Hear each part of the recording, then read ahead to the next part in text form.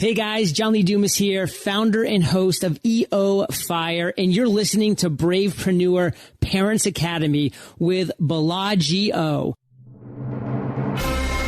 Welcome to Bravepreneur Parents Academy, where the world's most inspiring entrepreneurs reveal their most defining childhood moments and share their legacy for raising brave little heroes who will grow up to change the world. And now, he still reads comic books under the blanket at bedtime. Please welcome your host, best-selling author, award-winning speaker, and self-confessed geek dad, Balaji O. You know, like the hotel in Vegas? Yeah, no, that's really his name. Balaji O.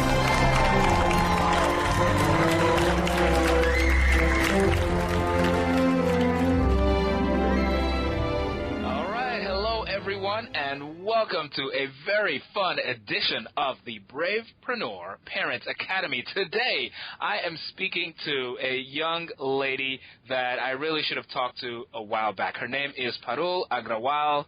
She is from India, and she's an expert on the topic of juicing. Yes, Parul is a big health advocate for juicing. She's also an engineer, a certified health coach, a medicinal juice instructor, blogger, and author. She does it all. Now, Parul wasn't always such a big advocate for juicing, and so I think that's why she and I get along so well. I'm where perhaps she used to be. Parul is going to teach us all about juicing. She'll tell us why she's so passionate about this subject, particularly as it pertains to our kids. And maybe we'll get a little bit of insight into Parul's childhood and how she became the superhero she is today. So, please help me welcome Miss Parul Agrawal. Hello, Balaji, and thank you so much for the wonderful introduction. Parul, you mentioned that you were not always such a big health advocate for juicing and other such healthy foods. Can you tell us a little bit of your story? How did you become a certified health instructor? How did you get on this path of being so passionate about healthy families? Sure. I actually, as you said, was never such a big advocate of juicing or just healthy living for that matter. I grew up as a healthy child. It's not that we used to eat really unhealthy growing up, but when I moved to US, I got tempted with all the things that were available here and for so cheap. And within a few years of time, I was really overweight. I was almost 30 pounds overweight. And, for my short height, I'm barely 5 feet. Any weight, even if it is a couple of pounds overweight, that's not really good for my health. I was having all these challenges. So actually, I started looking into healthy living for personal weight loss issues. I wanted to lose some weight. I wanted to look healthy, maybe look, be more active. And I was really young, so, my body started giving up. And I'm like, that's not really how it's supposed to be. We really need to be active, and we shouldn't be really a victim to food for that matter, right? I should be able to make the right decision at the right time as far as food is concerned. So anyway, so that was the beginning of it. But during the same time, what happened was my father, he had a major heart attack back in India. So I had to, I was here, I was studying, finishing my master's degree in engineering and also working at the same time. And I had to obviously stop all that, and I had to fly back to India to be with my family because, we have it's just me, my father, my mom, and my sister. So obviously, we have other relatives, but when it comes to family, your parents and your kids are the most important, right? So I had to fly back immediately to be with my family, and we had to spend almost 2 months in the hospital because he had to undergo one surgery after another. It was like, the longest year of our life, because imagine staying 2 months in the hospital and we would think, oh, he's doing fine and we'll be discharged, maybe in a couple of days. And the next thing we knew that maybe he needs a pacemaker and maybe he needs, something else. So, so on and so forth. We were pretty much there for 2 months. So luckily he was fine. But when he came back home, when he was discharged and we were finally home, we were obviously relieved that we are out of the hospital environment. But once we were home, we were even more lost because we didn't know what to feed him that would be really good for his heart, right? Obviously, we didn't really want to go through this ordeal all over again. And we're like, and sometimes, it's pretty crazy, but, doctors gave him some medication for his low blood pressure to lower his blood pressure, because obviously after surgery you get all these medications, and his blood pressure was already really, really low. So, I just did some research, and if we had given him that medication after post-surgery, he would be in a really bad stage. And I was able to help him with all the nutrition guidance and, figuring out what was the best food and the medicine for him for his condition, just because of the little training or little coaching I got prior to this incident. And that was mainly for my own health benefits. Right. And here I am thinking, 25, 26 years of my life I spent doing, all these studies and becoming an engineering, doing my master's and stuff. And I'm really not able to use that knowledge to help my family, save my father. Wow. So that was like the biggest shift in my life, you could say. And then I'm like, this is the most important thing, because if we do not have our health, we do not have anything. Right? I mean, what is more important to you than your health? It's not your family, it's not your job, it's not your work, it's your health. And therefore, I just started studying more and more about, what would be a good diet for a person who just had a surgery, who has this heart condition, and, obviously for his family, because it's also really stressful for the other members of the family. And then when I started studying, I figured out this really was my passion, and I could really make a difference in so many lives doing what I really love doing and helping others. So that was really my story on how I turned from corporate background to actually becoming a health advocate. Very interesting. And I read, Parul, that not only did your father have this very unfortunate health incident, but you discovered that you were genetically predisposed to having some conditions as well? Nothing was discovered really as far as the medical, dictionary terms it. Nothing came out in the blood work and everything. But I know since childhood, my father and I have like pretty much the same genes. So if he gets certain kind of aches and pains, I get similar. So, just through intuitive and, listening to my body, figuring out what were the conditions and everything, I could tell that I was, genetically probably more predisposed to the conditions he was suffering from. And he also had juvenile arthritis, so which, actually he was diagnosed when he was 13. I was never diagnosed with it, but I always get these aches and pains. In fact, I used to in the past, because your blood has to have, a certain percentage of these factors, then only it comes out positive, otherwise it is negative. But, if you're having aches and pains without any reason, obviously there is some reason, right, even if it doesn't show on the blood work. So I knew, there was something that needs to be done, even if it is not proved medically.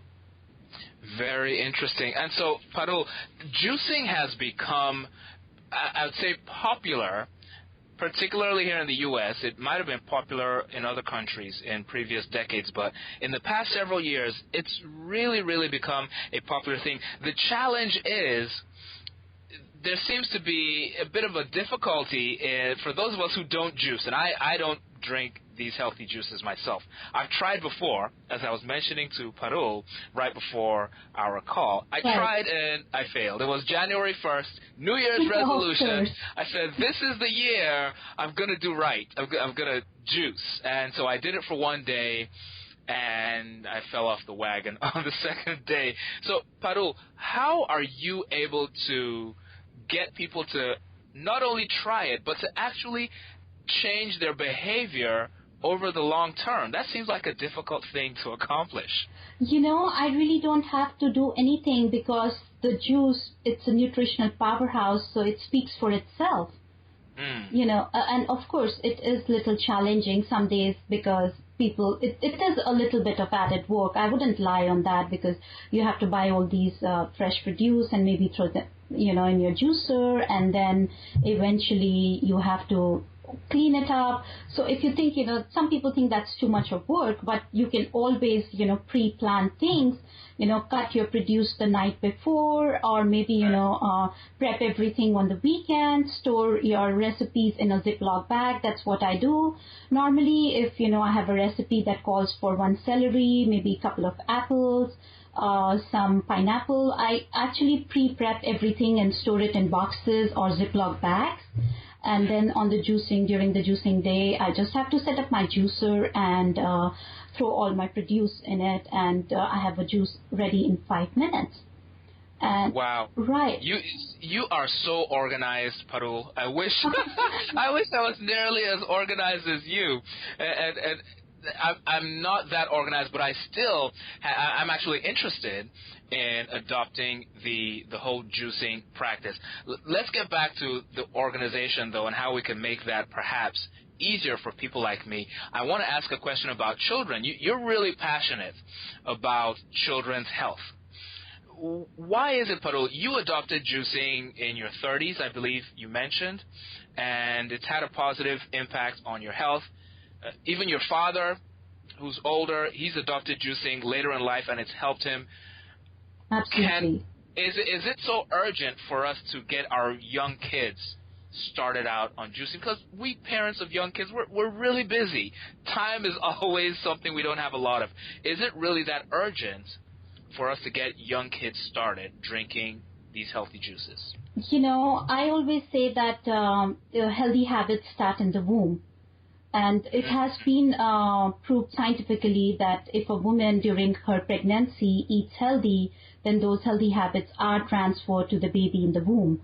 And it will be easier to raise a healthy kid if a mom is eating those healthy things. And there is a study which is called as carrot juice study, which, people can go and read about it online. And that actually proves how you can actually shape young taste buds even before they are born. And I also have an article about that on my blog. And why, if you give them, most of our tastes are acquired taste, right? So if you give like too much sugar and cookies to the kids, that's what they, develop the taste for. Whereas if you give too many greens and fruits to the kids, that's what they develop the taste and the liking for. And I always say, like, greens are so important for us, right? They are full of vitamins and minerals and phytonutrients. And juicing or smoothies are the best way to sneak in those greens into our child's diet. Right. I mean, not even kids. I do these juicing workshops and seminars all the time. And there are a lot of, people in the elderly population, senior people are not really used to eating greens because they're like, we grew up like a meat and potato people. That's right. Right? I mean, it's difficult for them. And then you just give them a glass of juice which has pineapples and kale. It tastes like pineapple juice and you are getting all the benefits of kale. How easy can that be? I like that. It really is delicious. You must try it. It's one of my favorite recipes, just a cup or 2 cups of pineapple if somebody is really, have a sweet tooth, and maybe a cup of kale. And that's about it. You really don't need to convince anybody that juices can be really delicious and healthy. They just fall in love, and that's my favorite to-go recipe for my seminars. I mean, that I'll be honest, that sounds good to me. I want some more of your secret recipes, though, because really, this is very helpful. for me, I guess I have the taste buds of an 8-year-old child because I have an 8-year-old at home. I have a sweet tooth, Parul. So pineapple and kale, that's something I would definitely try. What are some other of your recipes that you found are really good, either for kids or for people trying out juicing for the first time? There are so many, pretty much anything. If you could add a little bit of more fruit to it and start with, although that technically with juicing you need more vegetables, maybe 80 to 90% of green vegetables and very little of fruit, because you don't really need, fruit is really sweet and you don't really need any sugar spikes or, and then sudden crashes.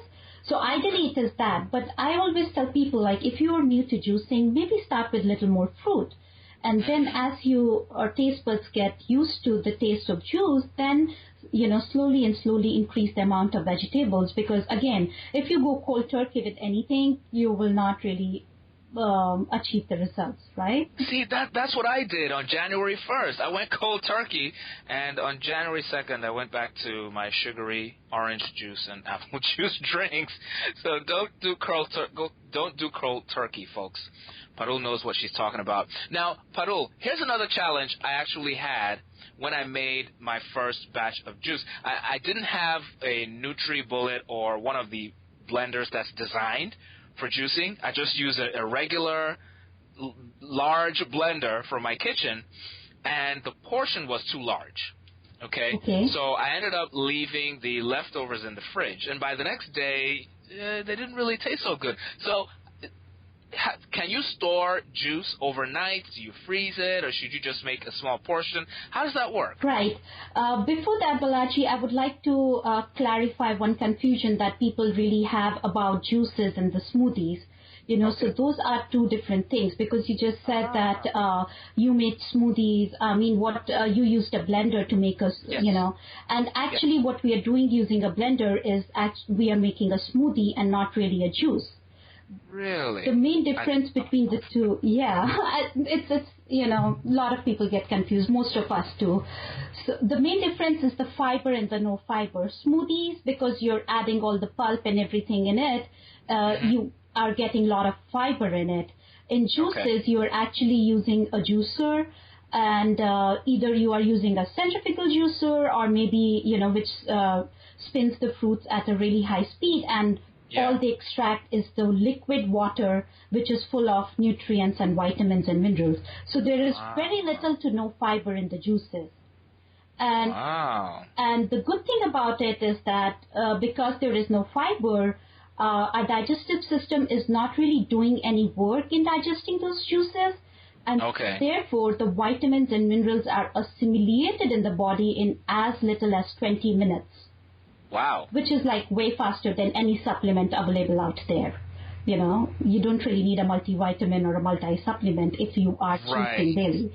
So, and and coming back to your question of storing the juices, yes, we can store it, for a period, and depends upon the mechanism. If you are using a really high-speed juicer, then, it's not, you can store it longer, but it's not as nutrient dense after a certain period of time, maybe, after a couple of hours.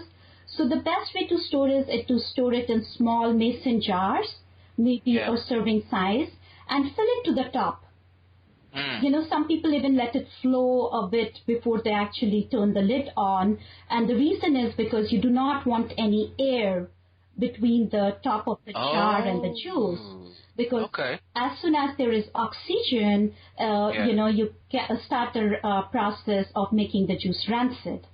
And that's the reason when you tasted the juice next day, it didn't really taste the same as it was on the first day, because now it's rancid. So store it to the top, and sometimes you could also add a little bit of lemon to it. Maybe cut a lemon slice or squeeze a little bit of lemon juice. And the main reason for that is it makes, prevents oxidation process. So it helps the juice from, increases the shelf life of the juice. And Yes. store it in the fridge and at the back. So don't store it at the door because you keep opening and closing the door all day long. So Yes. store it towards the back end where the exposure to the outside temperature will be the minimum. Wow. I should have been talking to you on December 31st last year. My whole year could have been different, Parul. Absolutely, and we release that New Year resolutions, but every day is a New Year day, and you could absolutely start it from tomorrow. Absolutely, absolutely. So this is pretty exciting. I'm definitely going to give this a try. A couple of things that I've learned. I'm allowed, Parul has given me permission, I can have fruit in there to start. The ideal ratio is 90% vegetables to 10% fruit, but I can have a little bit more fruit just to get me started off. So that's really, really useful to know. And the storage information you provided is very valuable. Now, as far as the vegetables, Parul, are there some particular vegetables that are really good ones to start with, either for health benefits or for taste or texture? What would you recommend I start with? One of the best and the most nutrient-dense vegetables to juice is bell peppers. Really? Absolutely, that's the number one. But we never think about juicing bell peppers, do we? I thought you were going to say kale or spinach. Yeah, most of us think it should be kale or spinach, but no, bell peppers are really nutrient dense if you could incorporate them into your juices. And then it's parsley. Kale is actually number 3. Okay. So not too bad. Broccoli. All right. Broccoli, spinach, celery, Brussels sprouts, cauliflower, carrots, cabbage, and beets. So some of the vegetables that you need to juice, and they are, in that order. I know it's a long list, but let's just say the first 3 or 4 and 5 are really important, which is the bell peppers, parsley, kale, and spinach. Okay. And for the bell peppers, can I choose any color? Yes, you can. And you should, because we definitely need a rainbow of our vegetables, right? So not just one. Could there be negative impacts to actually just drinking one type of juice? Like, let's say I discover my signature mix, okay? Could there be negative impact to just drinking that same type of juice all year? Each fruit and vegetable has its own nutritional content. Okay. So they have their certain vitamins and minerals which are present in them and not in others. So if you're just drinking one juice, just one kind of juice or eating the same kind of vegetables, you're not really getting a variety of vitamins and minerals, correct? Yeah. Secondly, if you are just, let's say, juicing spinach and pineapple or kale and pineapple every day, what happens after a certain point of time, these greens are high in oxalic acid. Mm-hmm. And, each green has a certain amount of oxalic acid present in it. And therefore, it's always important to rotate your greens so that you do not have too much oxalic acid rotating in your body, because it could, at the end of the day, if it is too much, it could turn out poisonous. Wow. So one day, I always recommend people to do kale one day, spinach another day, maybe a new kind of green the other day, carrots, beets. You should have a variety, and that is where juicing comes into picture, because the United States Dietary Association recommends almost 7 to 13 servings of fruits and vegetables every day. Yeah. Right? And most of us fail to achieve that mark. And with juicing, you can really achieve that mark. So I always say juicing is the perfect way to bridge the gap between what you're getting and what you're missing. Wow. Right? Okay. I definitely need to be juicing. I'm going to get my kids on this as well. But Parul, the best laid plans often fail because we don't have maybe some structure or some accountability or something to help us form that habit. So I know that you offer, Parul, a lot of workshops and one-on-one wellness coaching. What are some of the things that you use to help your clients actually succeed, even after they have those good intentions of starting? How do you help them stick with it until it becomes a habit? I believe with anything, any exercise or anything we are starting new, a community feeling is really very important. And, Yes. Support from like-minded people, support from the family. So what I do for my clients is, just offer consultations to them. I'm pretty available to them all the time. So if they have any questions, they can just pick up the phone and call me. Plus, I make this, like a meetup group every 2 weeks. So where they can come and they can talk about it's actually, we normally either meet online or we meet in person, depending upon, where everyone is in their goals. So we could meet together and then we could, really give a pep talk and discuss our highs and lows because, nobody's perfect. Even I being a new health coach, it is difficult for me to incorporate all these healthy things. What I definitely, get motivation and inspiration from these other people that I talk to, and not necessarily, they don't have to be health gurus, just common man. I mean, if you are an inspiration because you are trying to do it and incorporate this for your family. So, every time you talk to a person and they tell you that they're doing something good for themselves, it's an inspiration, it's a motivation. So That's true. We just try to motivate and help each other because our ultimate goal is to lead a happy, healthy life. That's true. And that is true. Parul, I'm interested to know as we wrap up how. Now, I believe you have children yourself. Yes, I do. I have a 4.5-year-old boy. Oh, lovely, lovely. So, how has it been? Has he been drinking these juices since he was younger, or did you just start to transition maybe after he was born? Mostly, I started to transition after he was born, as I became more aware of the benefits of juicing and started incorporating it in my life. And, if your kid is not into just juicing, put him behind the juicer and he will try it. No matter how young or old he is, if they juice it themselves, what I do with him ever since he was like maybe 3 years old, I chop everything myself and I just let him, shoot all these fruits and vegetables down the feeder. And, nice. And it's really exciting for him because he's like, oh, let's see what color it will be today because it changes. Look at that. Time, right? Look at that. And then I was really surprised because a few days back we juiced dandelion greens, and dandelion greens are really bitter. And his dad came home and, he was like, oh, I'm not going to drink a dandelion green juice, right? And he's like, oh, my God, I did so much hard work. My son goes, I did so much hard work. You must try it. Wow. So you see all the mentality. If they work for it, they will drink it. They will try it. Oh, that's really good. As I said, add a little more fruit to it. Yes. Yeah. Yes. That's really good. Wow. Folks, we've been listening to Parul Agrawal from junkie to juicer. I don't know about junkie. She was fairly healthy beforehand until she got on our U.S. diet, but fortunately that's been rectified. Now we're going to see if Parul can actually save my diet before the end of the year. I started on January 1st. I fell off the wagon, but I'm going to give this another try. And I know all of you have already heard about juicing. We all hear about juicing, but a lot of us haven't taken on the challenge. Perhaps with Parul's assistance, we can actually get that done.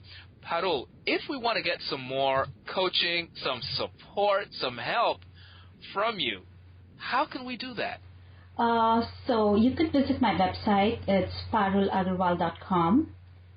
And you could check out the different services I offer. I'm also coming out with my book on green juicing, which is called Juicing for Healthier Families. Nice. And the whole idea behind the book was actually to make juicing a breeze, because this is what I keep hearing all the time, that, oh my God, it's really difficult to incorporate in a busy lifestyle. And being a busy mom, having a family, I realized what all the, this is a case study, my personal case study. So, what the ways I used to incorporate juicing in my busy life, I have put across these in my book, plus another 52 recipes. And you could try one new recipe every week. So that's my gift to you for an entire year. So Juicing for Healthier Families, and this will be released next week on Amazon and Kindle. Beautiful, beautiful. That is excellent. You know I'm going to be picking up a copy. Folks. Oh, thank you. You can find, I want a signed copy though, so. Absolutely. We'll have to work that out. Go to parulagrawal.com. That's spelled Parul, that's Parul, and Agrawal is AGRAWAL.com. We'll also have a link in the show notes so you can click. You can get Parul's book. She offers coaching. She has a community. Come on, people. Let's get healthier, not just for us, for our kids, too. Parul, this has been a great pleasure. Thank you.